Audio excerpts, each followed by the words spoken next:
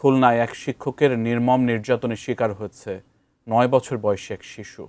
শরীরের বাহ্যিক আঘাতের পাশাপাশি তার মস্তিষ্কে রক্ত জমাট বেঁধেছে বলে জানিয়েছেন চিকিৎসকরা। চোখের নিচে, মুখে ও গলার নিচেও রক্ত জমাট বেঁধেছে। এই ঘটনায় থানায় মামলা দায়ের করা হয়েছে। অভিযুক্ত শিক্ষক আত্মগোপনে রয়েছে। খুলনা বিভাগীয় প্রতিনিধি মোহাম্মদ অসীমের পাঠানো তথ্য ছবিতে বিস্তারিত ডেস্ক রিপোর্টে।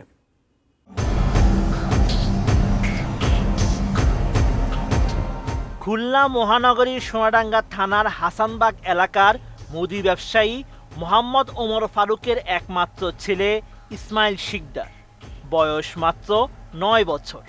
কোরআনে হাফেজ হওয়ার স্বপ্ন নিয়ে গত বছর ভর্তি করা হয় সোনাডাঙ্গা ডাক্তারপাড়া এলাকার নুরুল কোরআন তাহফিজ একাডেমিতে। তবে ১৭ জুন রাতে ওই প্রতিষ্ঠানের শিক্ষক আব্দুর রহমানের মারধরের শিকার হয় শিশুটি। ব্যত্রাঘাতে তার ২ চোখের নিচে রক্ত জমাট বেঁধেছে। মাথা, মুখমণ্ডল ও গলার নিচে দেখা দিয়েছে গুরুতর আঘাতের চিহ্ন।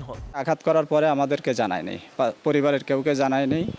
২৪ ঘন্টা পরে আমি অন্য লোক মারফত জানতে পারি। তারপরে আমি যে দেখি সে শুয়ে আছে। ২৪ ঘন্টা পার হয়ে গেছে, তারা কোনো চিকিৎসাও করায় নাই। তখন আমি আমার ভাষায় তাদেরকে যেভাবে বলছি, মেডিকেলে ভর্তি ছিলাম ৩ দিন, ওখান থেকে রিলিজ দিয়েছে। এখন ও হচ্ছে নিউরো সার্জন ডাক্তারের তত্ত্বাবধানে আছে। ওর মাথায় একটা ক্ষত আছে, মানে ব্লাড ক্ষত হয়ে ওখানে কিছু আছে আর কিছু এদিকে ছড়াই গেছিল। বসুন্ধরা টিস্যু, অশুদ্ধতার বিরুদ্ধে এক বিন্দুও ছাড় নয়। শিশুটির শারীরিক অবস্থা দেখে ক্ষুব্ধ স্থানীয় বাসিন্দারা।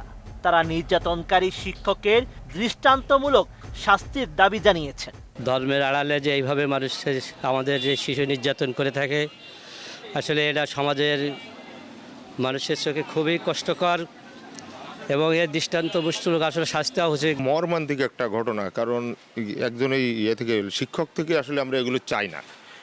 আর এগুলো কিন্তু সব জায়গায় হচ্ছে। আমার কথা হচ্ছে এগুলো যাতে আর না হয়। তাকে অত্যাচার করছে এবং মারছে, এবং কীভাবে মারছে সেটা তো আপনারা দেখছেন, অনেকেই দেখছে ফেসবুকে। এটা আসলেই মেনে নেওয়ার নাই।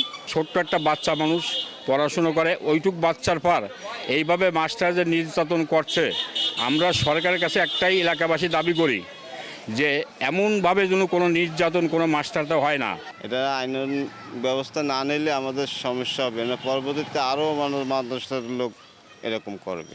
এই ঘটনায় শিশু নির্যাতনের অভিযোগে সোনাডাঙ্গা থানায় মামলা করেছেন ভুক্তভোগীর বাবা।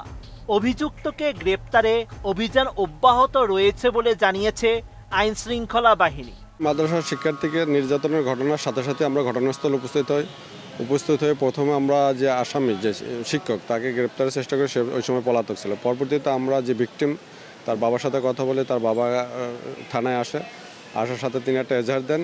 এজাহার দেওয়ার সাথে সাথে আমরা একটা মামলা রেকর্ড করি, এবং মামলা রেকর্ড করে আমরা যে আসামি, একে আমরা ধরার জন্য আমরা সর্বাত্মক চেষ্টা করছি।